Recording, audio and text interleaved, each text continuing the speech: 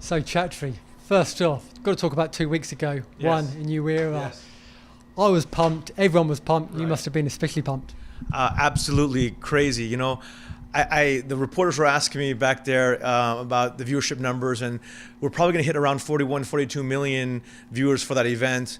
The final numbers are coming from a few countries as Nielsen compiles it all, but I was hoping for 50 million, and I genuinely thought we were going to hit 50 million. So it's a little bit of disappointment. But then when I put it in perspective, right, just 3.5 years ago, we're doing 700,000 viewers per event. To go to 20 million viewers per event on average last year for 2018, and then to break a new high. I'm super grateful, super appreciative to all the fans all over the world who celebrate with us, the amazing values, our heroes, and the stories. I think it was always going to be huge in Asia. How was it particularly in Japan? I think obviously America, with obviously watching Demetrius Johnson and Eddie Alvarez. Right. Well, in the US on TNT, we were, I think, 24-hour delay. So the numbers were okay, not great, but it's still just the beginning. And I can't wait to do a live event in the US, in the US, televised live.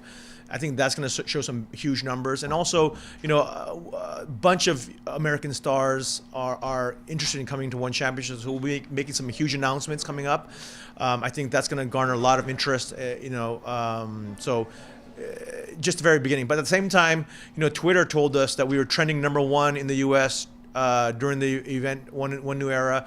We were trending #1 in Japan, #2 in Singapore, #2 in Australia, something like that. So I was blown away. I had no idea that the entire world would be tweeting about it, but that's what happened on Twitter. That is huge. How can you counter the fact of the time delay in America? I mean, I think Bella's will have the same problem with even in America sometimes their cards are delayed. Is there anything you can do about that? Well, no, we're gonna. That's what I'm saying. One of the media asked me, when are we going to throw an event in the U.S.? It's not a question of if. We're definitely going to throw an event in the U.S. And televise it live. We've had discussions already, and so it's something we're strongly considering. It's just it's not a matter of if, it's a matter of when. What date is it going to be in the future? Would Hawaii be a good sort of step? It's obviously part of America. You've got Angela Lee there. I believe they're having a big indoor stadium built, which will be built by the end of the year, which obviously you want a roof to guarantee the weather. Yeah, no, I would absolutely love, Hawaii.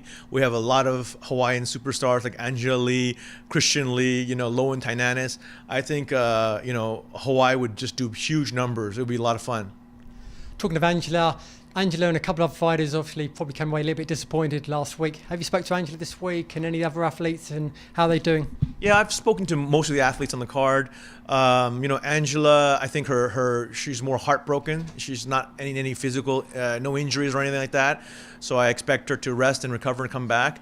And, this is the thing that why I admire the fighters so much is that, their stories are being told and unfold in real time for the whole world to see. So all your successes, all your failures, all your mishaps, that's the thing about bearing your soul to the world. And this is why I admire and I love our athletes so much. It's like, as a lifelong martial artist, I know what these guys go through.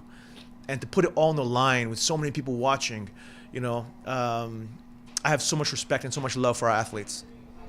There's a little bit of concern when the Tokyo card was so crazily stacked that the cards either side of it might struggle a little bit. But you kind of disproved that this weekend with the card here in Manila. The Singapore card looks like it's going to be amazing. Yeah. Just proving how much depth you've got. Right. So I think the Singapore card is going to blow out numbers again and hopefully beat the 41, 42 million that we did in Tokyo, because. It's a massive stack card. We're going to have 2 world title fights. We're having, obviously, the greatest striking tournament Grand Prix in the history of all of martial arts, with the 8 greatest strikers coming to Singapore. We've also obviously got the semifinals of our lightweight Grand Prix for mixed martial arts, and some huge Muay Thai fights we're going to be announcing. So it's going to be a massive extravaganza for all martial arts fans around the world again.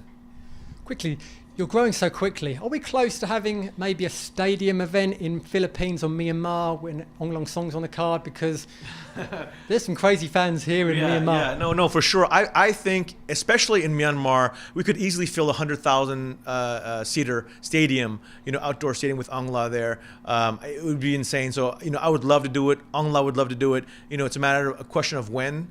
and you know, for me, my biggest fear is weather. So I want to do it in the smack dab middle of summer where there's no rain, no risk, and then I would consider it. Yeah. Brilliant. We're looking forward to that. Thank you for your time. Cheers. Thank you. Thank you so much. Thank you. you.